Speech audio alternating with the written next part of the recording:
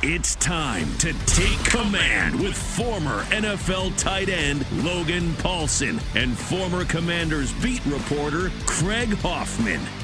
Take Command podcast from Odyssey Sports. I'm Craig Hoffman. He is Logan Paulsen. And Logan, there is so much to talk about since the last time we recorded this here podcast. We got a schedule that came out.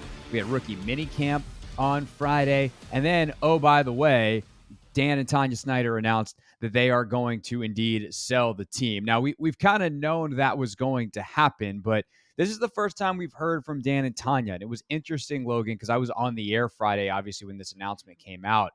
And it seemed like a large portion of the fan base that was kind of holding out, going, I don't know, there's all these bad reports, and including one, by the way, on Friday from Don Van Natta at ESPN that talked about how Dan was trying to mitigate the Mary Jo White report and was going to possibly hold out over that as long as he possibly could. To go from that to him saying, like, we look forward to the prompt completion of this process seemed to be the release and kind of the moment for a lot of people who didn't really believe it when the non-exclusive agreement was announced in April. But what I want to ask you first is, did you have any sense this was coming? Like, because that's the weird thing. Everybody was in the building on Friday. Like, you guys were all there for rookie minicamp, and talking to Standout on the radio show on Friday, they had no sense that this was coming. You're obviously in the building, working for the team in the media side. Were you as surprised as everybody else?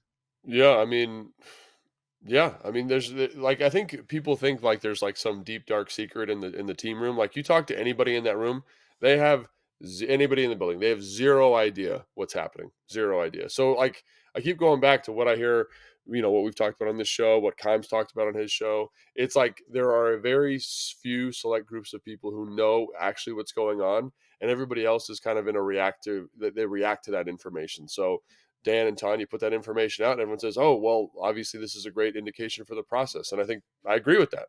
I'm excited about this. I think it's a great thing for the organization. And I know there was some rumors that it wasn't going to happen, but in my heart of hearts, I was like, it's got to sell. It's like, unless they don't, someone in the, in the new ownership group doesn't get approved, and that's over the next 90-day period. But I think they could probably work around that anyway. This is happening. It's happening. Right. It's going to happen. I think this is just kind of something good for fans to kind of quell any kind of anxiety about it. Like, Dan wants $6 billion. He wants that money. Like, it's going to happen. Right. And I think, the new ownership group sounds like a very exciting, compelling group.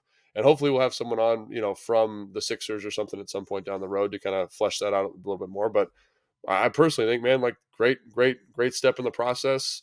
And I'm reacting to it like everybody else. I don't have any like inside scoop.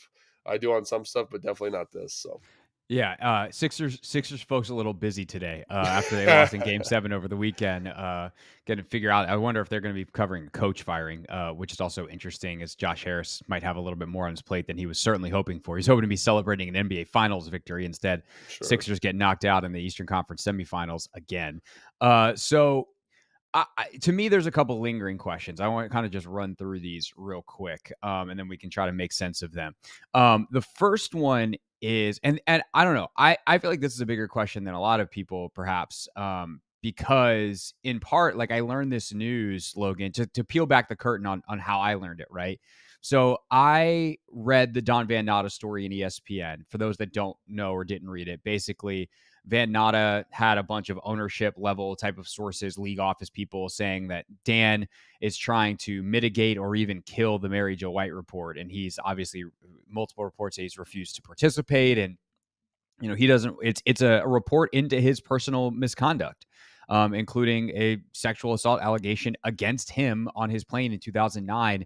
And the woman who has accused him of this has spoken to Mary Jo White. So, like, this is very serious for Dan personally.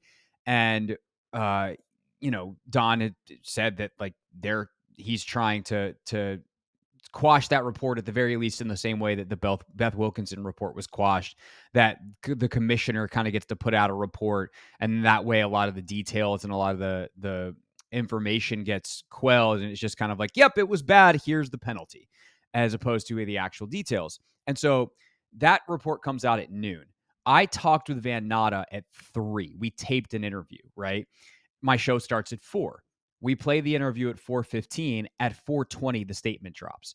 So I'm frantically texting our boss, who obviously Logan CK, being like, should we bail out of the interview? Should we just pick up on the back end? Like, and I'm in a very serious headspace because the substance of the ESPN report is fairly serious. And thus, even though this is obviously huge and as the British would say, celebratory, it it is the kind of thing where there's still this massive question about what happens with that report, which is, talking about a lot of the things that kind of spurred us to this moment anyway. So that's one lingering thing I have. And I'd say it's lingering very heavy in my head, in part because of the headspace I was in when the statement came out from Snyder. The other major lingering question that I have is just the timing. Obviously, the Minneapolis meetings are now a week away. They start on the 22nd as we record this on Monday the 15th. I'm not great at math, but I do think 5 plus 7 is 2, or 15 plus 7 is 22. So that's a week away. And is there any chance that this gets done then? It sounds like not. It sounds like it's going to maybe be provisionally approved, but there's going to have to be some details worked out with the financing and details worked out. And this is kind of my question too, is does the Mary Jo White report get negotiated into all of this, or the indemnity stuff? But at the end of the day, Dan has given up his leverage here. He can't hold out because whatever he signed to, as long as the league approves it, he can't go back on it because they have a signed agreement now and can move forward. So I'm very curious what they signed, and I'm very curious if what they signed is approved by the league, because obviously there's certain elements that Dan was very clearly worried about that can't be worked out between Harris and Snyder. They have to be worked out between Snyder and the league. Yeah, I don't know. Anytime lots of money is exchanged, I'm pretty confident that'll get worked out with the league, in a Yes. favorable way. Maybe that's just being pessimistic, but I think Dan's going to get everything he wants out of this, most likely. And with regards to the meeting on the 22nd, I don't think anything happens because, I was listening to John Keim on his podcast, and apparently there's a 90-day window, and this would be very early in that 90-day window. And I think there's 12 people outside of Josh Harris that need to be vetted, if I'm correct in that. Or Josh Harris might be It's one been of the reported 12. as much as 17. So, Right. So so there's a lot of 16 other folks, but yeah, some of them it's like family. It's definitely an interesting and I don't want to say unique ownership group. This is a lot more reminiscent of what more ownership groups have looked like recently as the price goes up for teams. But yeah, there's a lot of work to do. And so I just don't think it's going to happen in 15 days or whatever it is. So 7 days, whatever it is. So I think just kind of be patient. I think it's happening. It's going to happen. I think I think one of the things about the Harris Group is that he does own teams, so he knows how to go through this process. He knows what's needed to get this done. It's just about kind of checking all the boxes and making sure everything's good to go. And I think so. Just take, if you're a fan, just take a breath. It'll happen. It might not happen on the 22nd. Yeah, definitely. And the other thing too is Harris himself was vetted for the Broncos Right. process. So Yeah. he the biggest piece here has already been vetted. Magic Johnson owns the Dodgers, or partially owns the Dodgers. One of the interesting details that we learned last week is that David Blitzer is also involved. Blitzer is Harris's partner with the Devils and the Sixers. He was previously not reported that he was involved, and I actually don't know that he was. I was talking to one person who's been reporting on this, and he said, I wonder if some of the financing questions, Harris just basically called Blitzer and was like, hey, we need a little bit more cash. Do you want in? And for someone like David Blitzer, $250 million is something that he can do. Must be nice. So he calls David Blitzer and is able to get him in the group. But he again owns teams. So I think the vetting process is going to be some of the smaller bidders down the list. The other question I have for you, Logan, is how does this then affect the operation? Right. We're starting to now get into Cam Curl extension season, let's say. Yeah. Right. Some of these moves that need to be made. Obviously, we're past the draft. There's not going to be any staff changes. It's not like Ron Rivera is going to get blown out when he comes in. There's just no way. You don't hire a new coaching staff in June or July.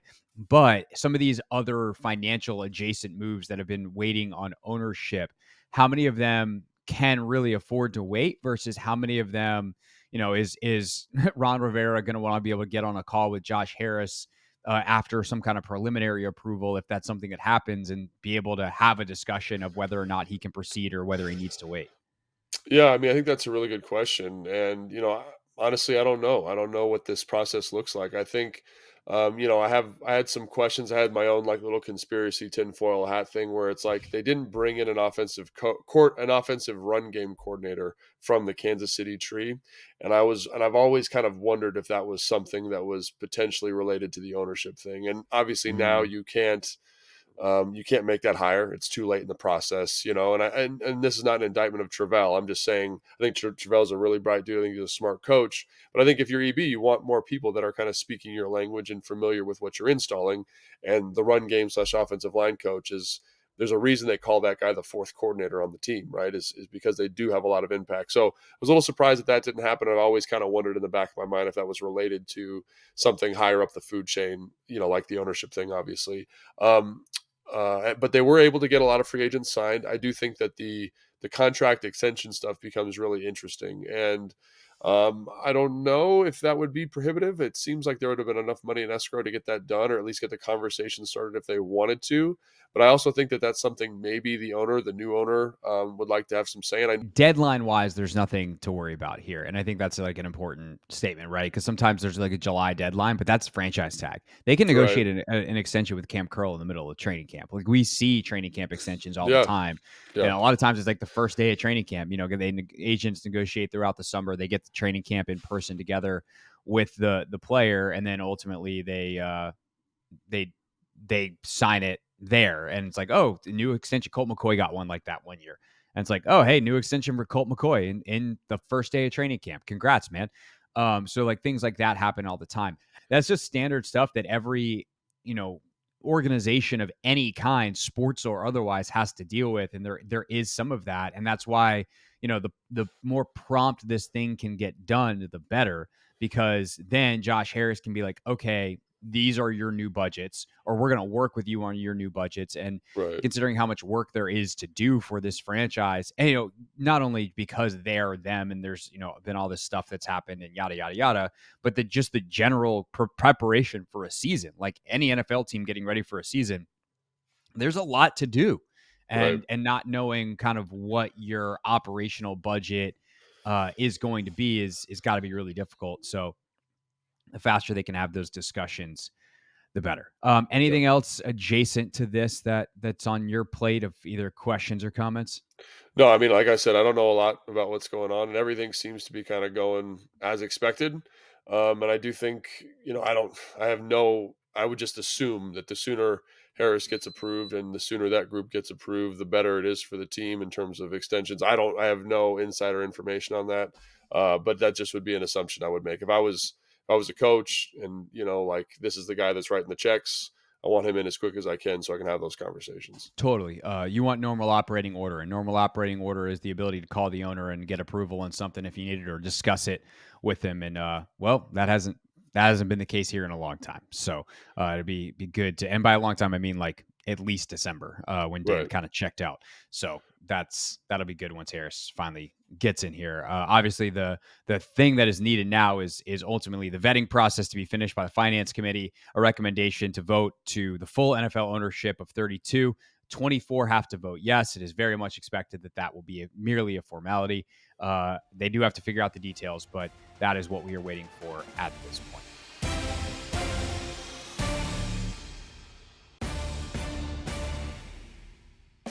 Take Command podcast from Odyssey Sports. I'm Craig Hoffman. He is Logan Paulson. All right, Logan, let's talk some football. Commanders sign their UDFAs, undrafted free agents. They made a couple of moves, like guys they had signed to futures contracts, things like that, that get let go. Drew White, I think, was one of them, the linebacker, and they're ultimately at 90 guys now as they head into OTAs here in the next couple of weeks. Anybody stand out for you of this undrafted free agent class? And then we can talk about some of the drafted guys as well as we work our way into talking about rookie minicamp. But let's start with UDFAs because we haven't actually talked about them yet. Yeah, so I know everyone's been asking about UDFA, so we're going to talk about like receivers, safeties, corners, and just kind of go in that order. So the receivers are kind of an interesting group, actually. Like Mitchell Tinsley from Penn State's a guy that I think a lot of people had a draftable grade on. He's here. He's 6'1", 205. Not the fastest guy, not the biggest guy, but really good route runner, really good contact balance. Did return punts in an All-Star game, so there is that to him. And I think his last two punts in that All-Star game were pretty well returned. Like I said, he's not like this flash return guy, but he's got the balance. And if you're looking for a guy to maybe be your fifth, sixth guy with some return upside, he'd be an interesting guy to keep an eye on, especially as training camp goes. Bryson Tremaine, out of Stanford, 6'4", 212 pounds. I think that's probably a little bit light for him. He's exactly Cam Sims. Like they basically ran the same 40. They have the same arm length. They play in a very similar way. Very physical, big guys. He's a little stiff, but good short area quickness. He kind of reminded me of like Drake London light, kind of a bigger guy with kind of like that basketball suddenness. Plays gunner. So again, if you're looking for a receiver to make the roster, that special teams values pretty big. And he did have a one-on-one rep with Emmanuel Forbes and was able to beat him on the slant, like in a very physical way, and kind of bodied him up. He did drop the ball, but like it was a nice, clean, well-run route. And so with both those guys, I think you see, NFL caliber players. You know what I'm saying, Craig? It's like sometimes you watch guys and you're like, man, that guy, there's no world where I see him kind of making the roster or figuring it out. But for those two guys, you're like, oh, obviously those guys can play and do some stuff. The other guy is Kazmir Ahn out of UCLA, kind of bigger, like wider bodied than I thought he'd be. He's 5'9", 175 pounds from UCLA, kind of return specialist / receiver / running back. Did some nice stuff from the slot. Again, it's really hard to kind of flush out an evaluation because there's coverage bust. Guys don't know exactly what they're doing. But returned kickoffs in college, that's predominantly what he did. I think he had 59 returns of kickoffs in college.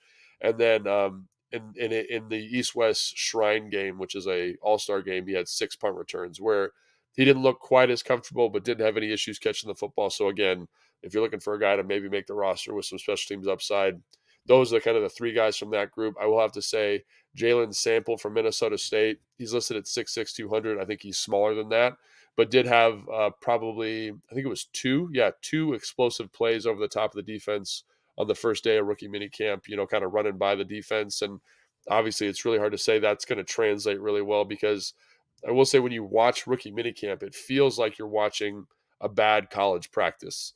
And it's not because the talent's bad. It's just because you're getting a whole bunch of guys in who've never practiced in the defense. It's like, Right. they don't know the tempo. They don't know what they're doing. They're kind of figuring it out. So does that translate? Does that translate to varsity level? I don't know.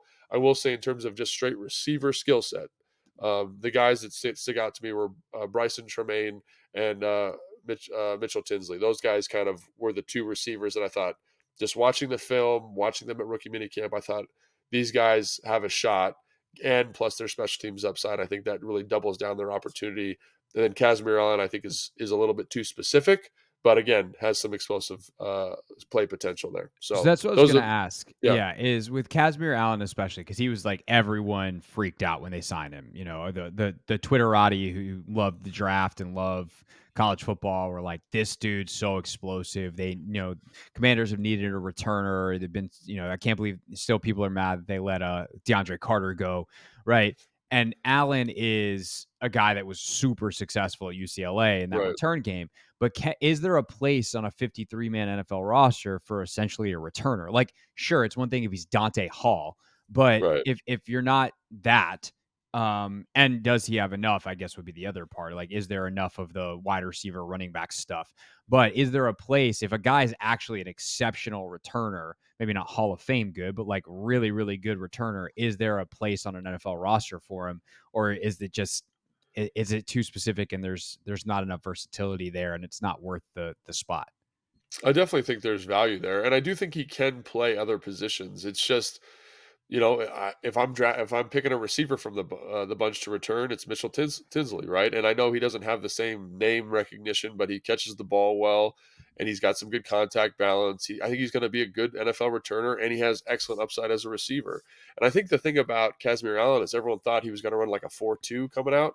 He ran a 4.55, which is essentially the same thing that Bryson Tremaine ran. And Bryson Tremaine is 6'4", 6'4.5", probably 225 pounds, like basically a candidate to convert to tight end. And so I'm not saying Bryson Tremaine's going to return kicks or anything like that, but It's just that's the type of athlete you're dealing with. You're not dealing with this kind of hyper explosive, hyper twitchy athlete in the same vein of like a Devin Hester or something like that. It's a very average skill set. And so that was something else that was interesting about watching rookie minicamp. And again, it's rookie minicamp, so it's really hard to flesh out an evaluation.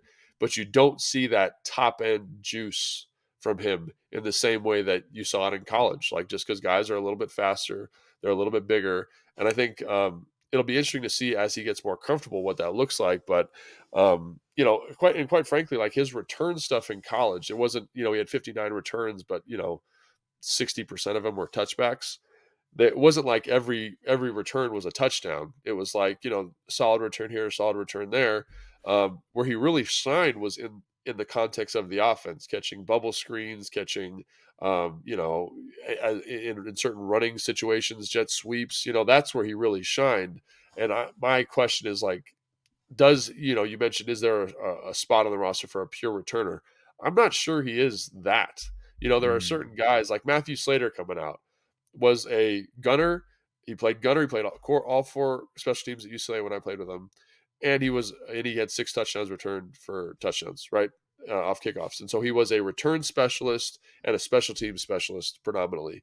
And obviously, he's parlayed that into a great career. This is a different situation, I think, with Casimir Allen. I hope it works out for him because he's a Bruin. He's a UCLA guy. I like his film. It's just, is Yeah, he you better is say he nice things, or Doc Walker's going to appear in your house and smack you. right? But is he that elite? Is he elite enough at the position to Right. make it happen? Is my question for fans who are. And again, it's rookie minicamp, so he might come out and look like that dude once he's kind of settled in the offense and knows exactly what he's doing. So, but as of right now, a little harder to kind of make that assertion.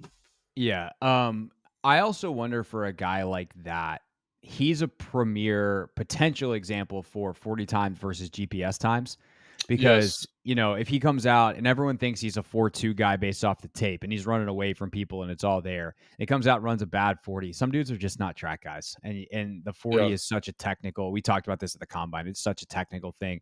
You lose 2/10 off a bad start and you go from being a 4.3 to a 4.5 guy. But I wonder now that they have the GPS data, if there's any, like, what his GPS data is. Is he running at the speeds that the 4.3 guys are running when he's actually in pads out there on the field? Or is it a little slower and people maybe weren't as surprised by the 4.5? Those are the kind of things I wonder. That's something that's going to become a bigger part of the conversation over years to come. Don't really need to talk about it in depth now, but just Right. food for thought as we move forward in the future with future draft prospect analysis next offseason. Yeah. Anybody else stand out? I said you want to do corners, right? So you obviously have Let's do safeties. We'll safeties do first. safeties first. Okay. I will say that we'll kind of combine them together. I will say that for whatever reason, the corners, so Nick Whiteside the second out of Saginaw State, Oh, Demarcus Fields yeah. out of Texas Tech, and DJ Striggs out of Missouri Western, couldn't find a lot of film on those guys. Like in the database that I use, the names didn't come up, and it makes sense with the Saginaw State and Missouri Western because those schools aren't like big D1 programs. But the Texas Tech kid didn't come up either, so a little confounded by that. I will say they all have the frame you want: 6'1". Nick Whiteside 6'1", 200 pounds. Demarcus Fields from Texas Tech 6 foot 200 pounds. DJ Striggs 6'1", 202 pounds. So kind of a bigger corner that they like here. I thought at rookie minicamp they all moved well.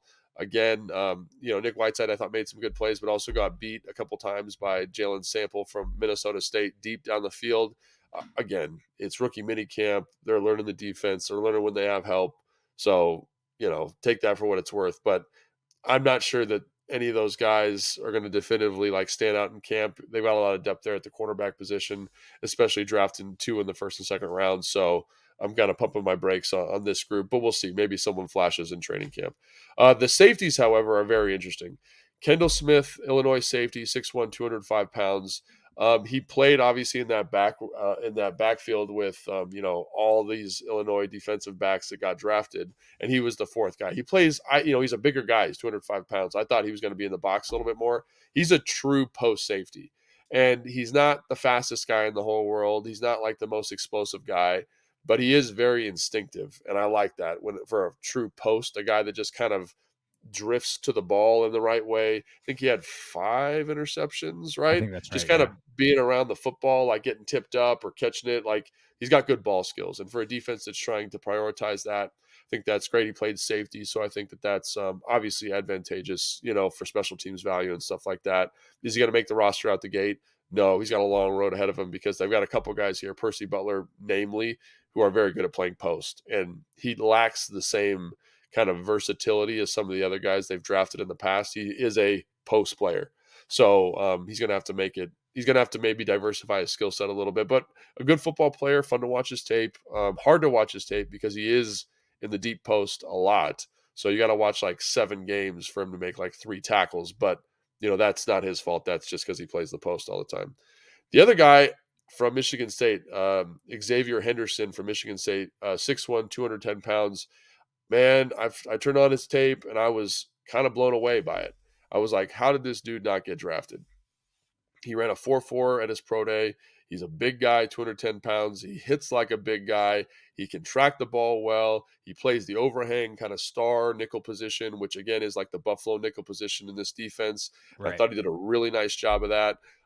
And I was like, why didn't he get drafted? He did have a knee injury after the first game of the season that affected his ability to play. And then he came back and he's wearing this big ass knee brace. And I still thought he played well. So obviously a tough kid. Football is important to him, at least from that analysis. And I was like, well, why isn't he not?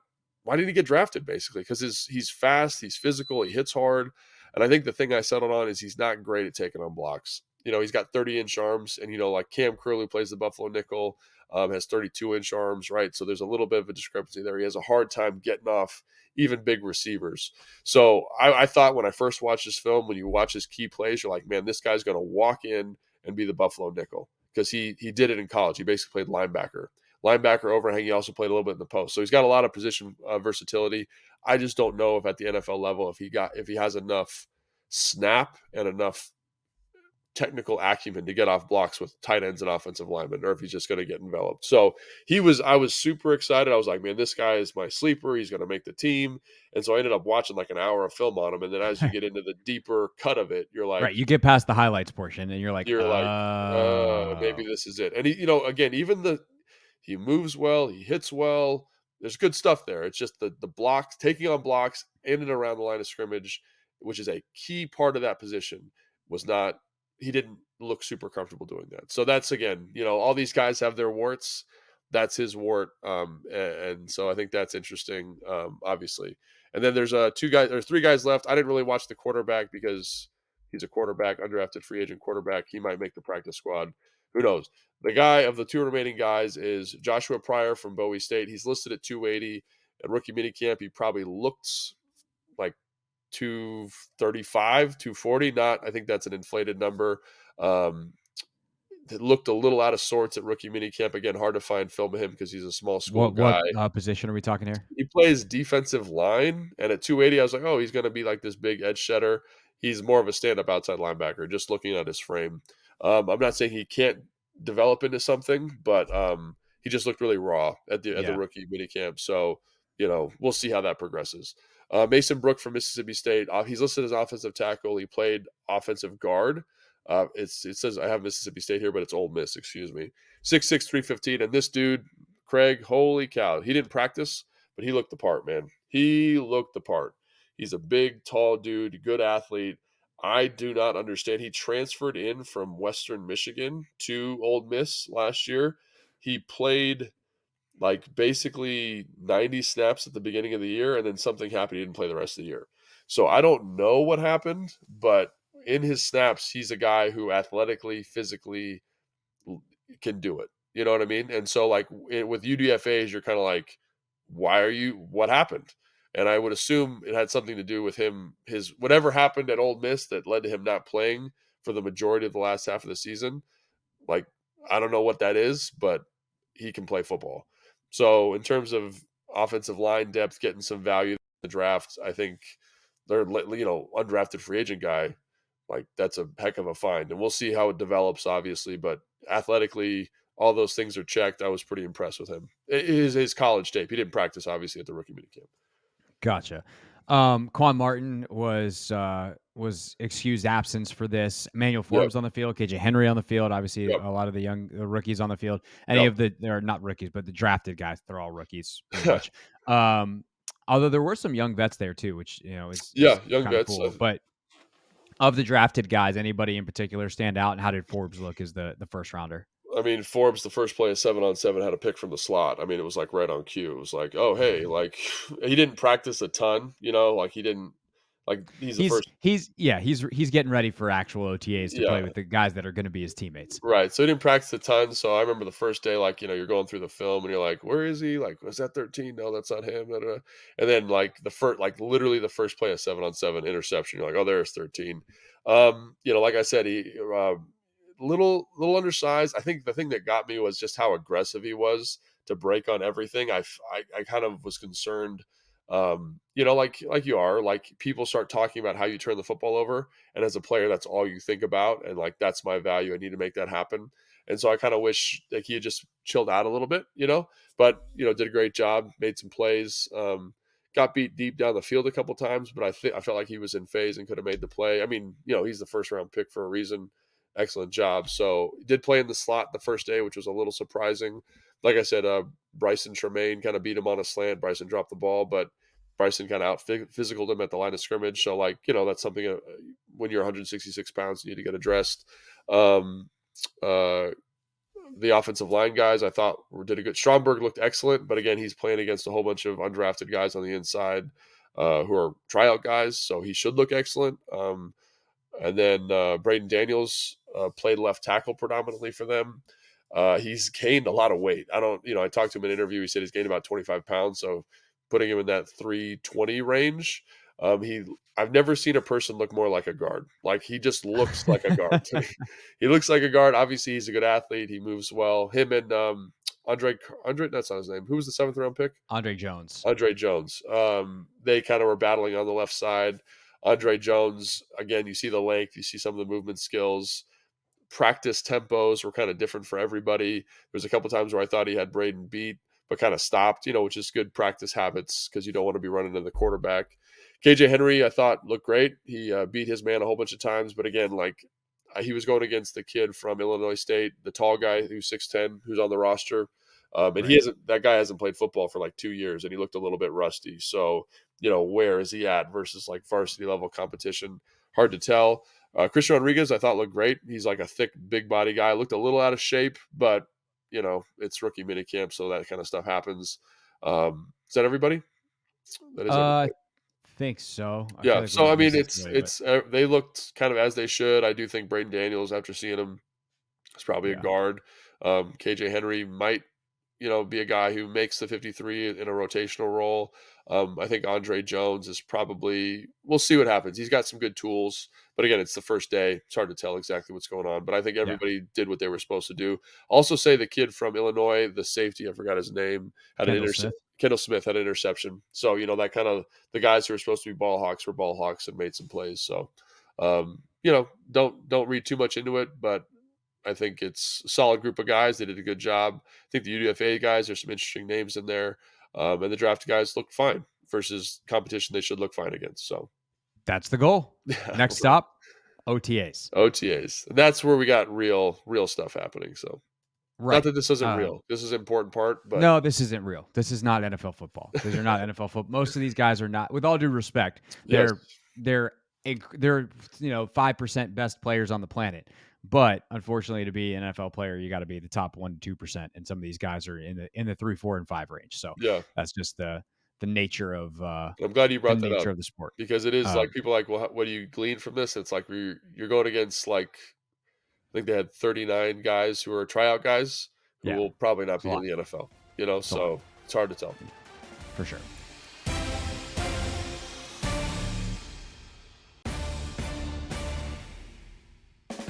Take Command podcast from Odyssey Sports. I'm Craig Hoffman. He is Logan Paulson. All right, let's wrap up, Logan, with a look at the schedule. We did our big preview last week, and actually a couple of the things that we wanted to happen happened, and then there's a couple that absolutely didn't. Right. The beginning of the schedule is kind of what we wanted to see. The Cardinals early before they have a chance with the new head coach to get anything going, and obviously before Kyler Murray's back. Denver Broncos week 2. Kind of what we said last year with Yeah, Jacksonville. You want to get them before Sean Payton and Russell Wilson have a chance to figure it out. And, the earlier the better on the chances of that. Unfortunately, you then got Buffalo week 3 at yeah, Philly week 4. We did talk about having some time before Atlanta. You do get that because you play Chicago on Thursday night, heading into Atlanta week 6. New York 7, Philly at home for week 8. Patriots week 9. So we talked about them not knowing what to do with them. Well, good. They're right in the middle. The enigma of the enigma. Seahawks week 10. Then back home against the Giants before Cowboys on Thanksgiving. Dolphins week 13. Then you get your bye. So a late bye. It's so yeah, weird because the bye is late, but you have 2 long weeks before that because of the correct. Thanksgiving games. Yeah, So I really don't know what to make of that. The Rams week 15. At the very least, you get to be warm out in LA. yeah. At New York. So we talked about trying to get Rodgers and the Jets early. Instead, that's late. Same thing with the 49ers. That's week 17. And then you finish at home with Dallas. That is the schedule, Logan. What stood out to you? Yeah, so I think on getting the final release, I think, like you said, it was good to get Arizona early, good to get the Broncos early. But I think the thing that is the most definitive in terms of looking at that is starting at week 4. You have Philly, a run first team, Chicago, run first team, Atlanta, run first team, New York, run first team, Philly again. So obviously that's a big storyline in of itself, getting Philly both times before the midway mark of the season. The Patriots run first team, Seattle run first team, New York run first team, and then the Cowboys run first team. So the thing that I kept thinking about and looking at this, and then the bye, obviously, after the Dolphins, but that is a lot of physical football ahead of this defense, and just how healthy and how do they hold up over the course of that stretch. I do think that kind of fits into the defense's wheelhouse. They're very efficient and very prolific in terms of stopping the run. But man, that is a lot of counters and duos and powers and outside zone to be stopping over the course of the year. So just the health of the team, especially with the late bye, like what is that? What does the team look like, at week 15, 14? Because I don't think it'll be the same team as the start of the year. Yeah, that is unfortunately the nature of things.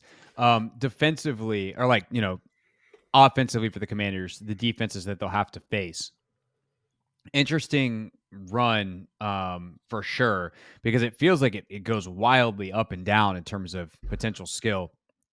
I have no idea what the Cardinals are going to be. Obviously, Bad, Gannon probably. as the Yeah. head coach is a defensive guy, but they severely lack talent on that side of the ball.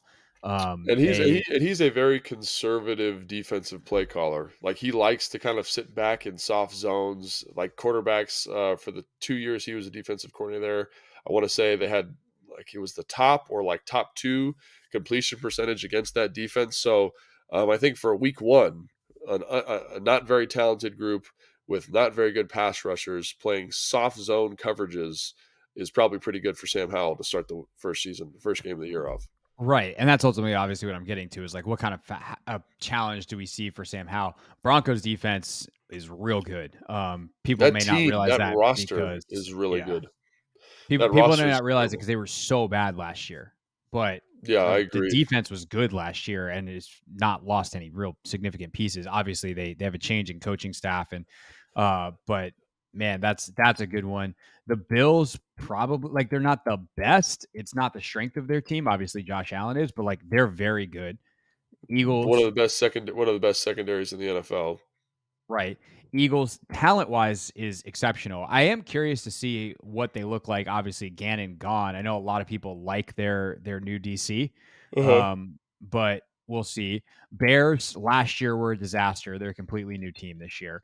Yeah. Falcons, The not really. defensive coordinator's good. Again, under talented last year, but they've added some pieces in the draft. Yeah, Again, that's one that's kind of and free interesting. agency. Yeah, it's an interesting group because it's like, do the players match the coaching this year in a better way and let him do more what he wants to do?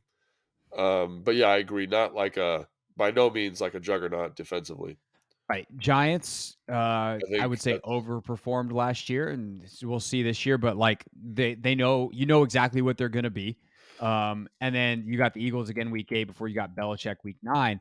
So if you go like through week 8 in those 2 Eagles games, there's not a ton of juggernaut defenses. Like I would categorize it this way. You're not going to have any walks in the park. Arizona might be the closest one. Yeah, But it's week 1 and week you one's a never know. crapshoot. Yeah. But there's definitely opportunity for Sam Howell to put together some solid performances and like lock up the job and show that he really knows what he's doing and that he's capable of going.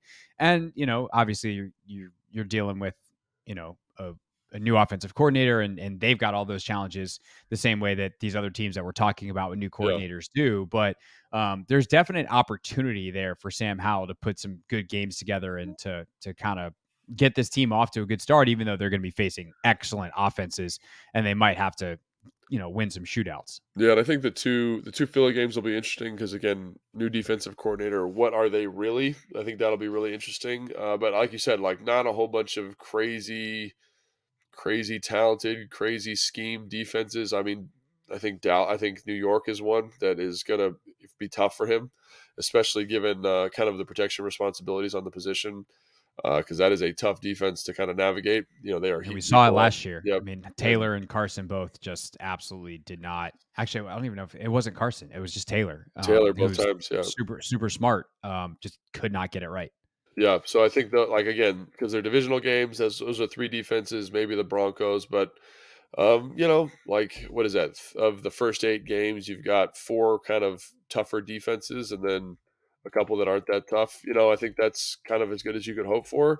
I will say the Patriots kind of being where they're positioned on this schedule is probably not great for this team because there's going to be a ton of film out on Sam Howell at that point, and Bill Belichick's going to game plan his face off like he always does and put him in a little bit of a blender. But then you got Seattle the following week, which I think is okay because they were not great last year. They were bad at stopping the run. I think they'll be better in terms of stopping the pass this year. Obviously, when Yeah. you draft That's a game you got to be careful though because yeah, they've they've got got ball people. hawks with Yeah, Woolen and Witherspoon.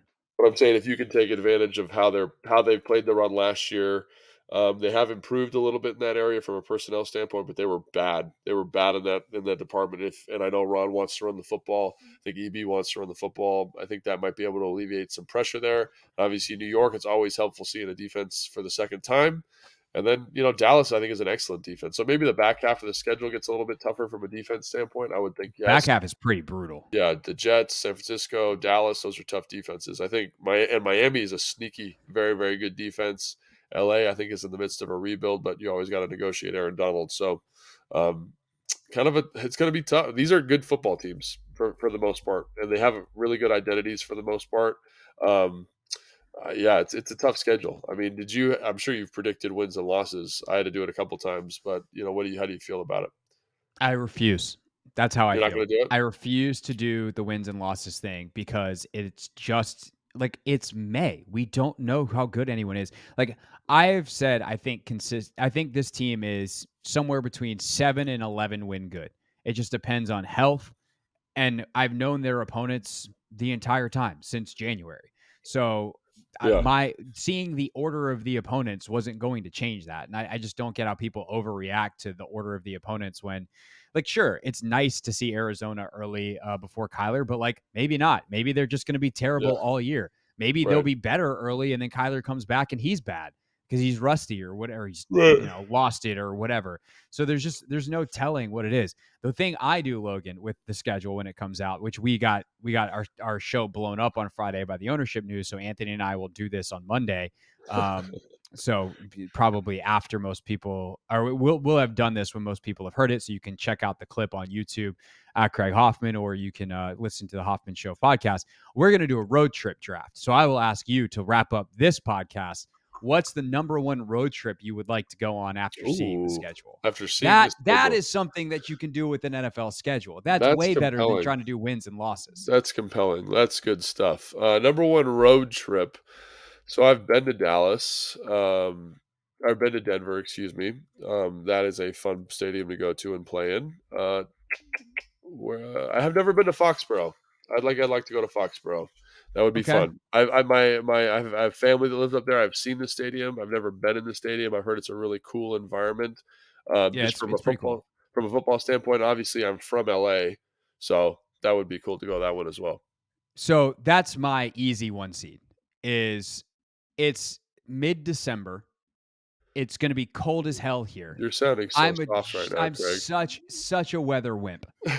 And so if you can get me to LA, I haven't been to SoFi, so I do want to I go to haven't, the yeah, stadium. I do want to go there too. That's a good point. Yep.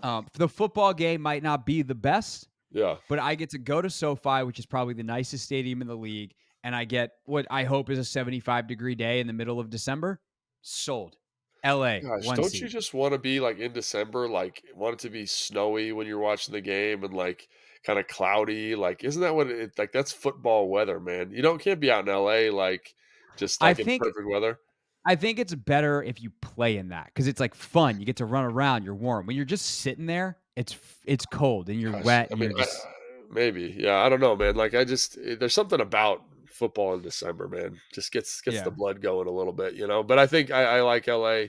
Um, that'd be fun. That'd be a fun trip. Any other fun ones on here? I think Foxborough In would be a ton Denver, of fun. I haven't been to Denver in a long time, and I literally went there on a college visit. My dad and I were there for like 12 hours. Like we flew in and out the same day. And I looked at UC Denver and was like, "This is not it." And then we left. This is not So it. but I've wanted to go back ever since because I just loved the city. It was so beautiful. I loved like being at altitude, the thin air. It just felt crisp and clean. So that's definitely one. I mean, going to Atlanta is always great. That stadium's incredible. Um, Seattle's great. I've been there a couple of times. There was a stretch when they were like on it at home where they had lost like 5 games in 6 years or something like that at Yeah. home, and I think I was at 3 of them because the Cowboys beat them. Then the Commanders had that crazy game where they beat them with 46 guys or 45 guys healthy. Like Oh, I think Sheriff dressed for the game, but like wasn't actually dressed. Like he right. was active, but he wasn't in pads. Like I had that crazy, crazy game. Josh Dotson made the one play of his career. Um, yeah, but like it's not really a great road schedule. I mean, No. like going MetLife stinks. Yeah. It's such a generic It's a very stadium, vanilla stadium. and you're Yeah. going there twice. Yeah. Like I'm out on that. I'm good. So yeah, It's that not even in New York, it's in New Jersey, so it's not like you're getting the New correct. York trip, but I think Foxborough would be fun, and I think, LA would be fun, so I think those have to be the 1 and 2, like, where else would you go? Denver? I get Denver, Denver. I've been on Denver. Denver. I like Denver just because I like the town, and you know what I mean? Like, but Yeah, for football, I wanna go to Foxborough just because I think that'd be cool, it's a football town, that'd be fun, and then, yeah, obviously LA because it's LA, so yeah. I really like Seattle too. I like that stadium. It's downtown. Seattle's cool. I forgot we were going to Seattle. Yeah. So Would I you bump a game for Seattle? Like if what's your I order? personally I've been to Foxborough. It was for a preseason game, but I've been. When was this? Um, they played there. I want to say it was 2019. Okay. I think Yeah, it was Brady's I've never last been, year. especially the new one. I've never been up there. So Yeah, Gillette's. I mean, Gillette's a very solid stadium. Delicious New England clam chowder in the press box. Um, it's kind of weird. It's how Buffalo is like one road in, one road out to yeah, the stadium. yeah. That's Foxborough, but like it's really one road in, one road out. So like I've been to traffic is I've kind been of to the crazy. city of Foxborough before, and it is like Yeah, just the stadium and like a suburb, which it looks so yeah, weird. it's bizarre. Yeah, but I think I'd like to see a game there, maybe. Yeah, no, it's cool. But I would prefer Seattle over Foxborough. Seattle's fun. Seattle's a Yeah, fun town, and the stadium's nice, so I could definitely see that. Seattle's a weird place. It's so beautifully weird. Yeah, it's a good spot. Like I remember when we had it was what was that 2011 we played there, and just walking around seeing the first Starbucks. It's a pretty clean city. Like it was cool. It was a good experience for sure. So yeah, I definitely I'm with you on that. I just haven't been All to right. Foxborough, so I want to go to Foxborough. Yeah, I totally get it. So that's our road trip segment of the schedule, which is way better than predicting wins and losses in May. If All you right, had to predict wins, who would? I'm just kidding.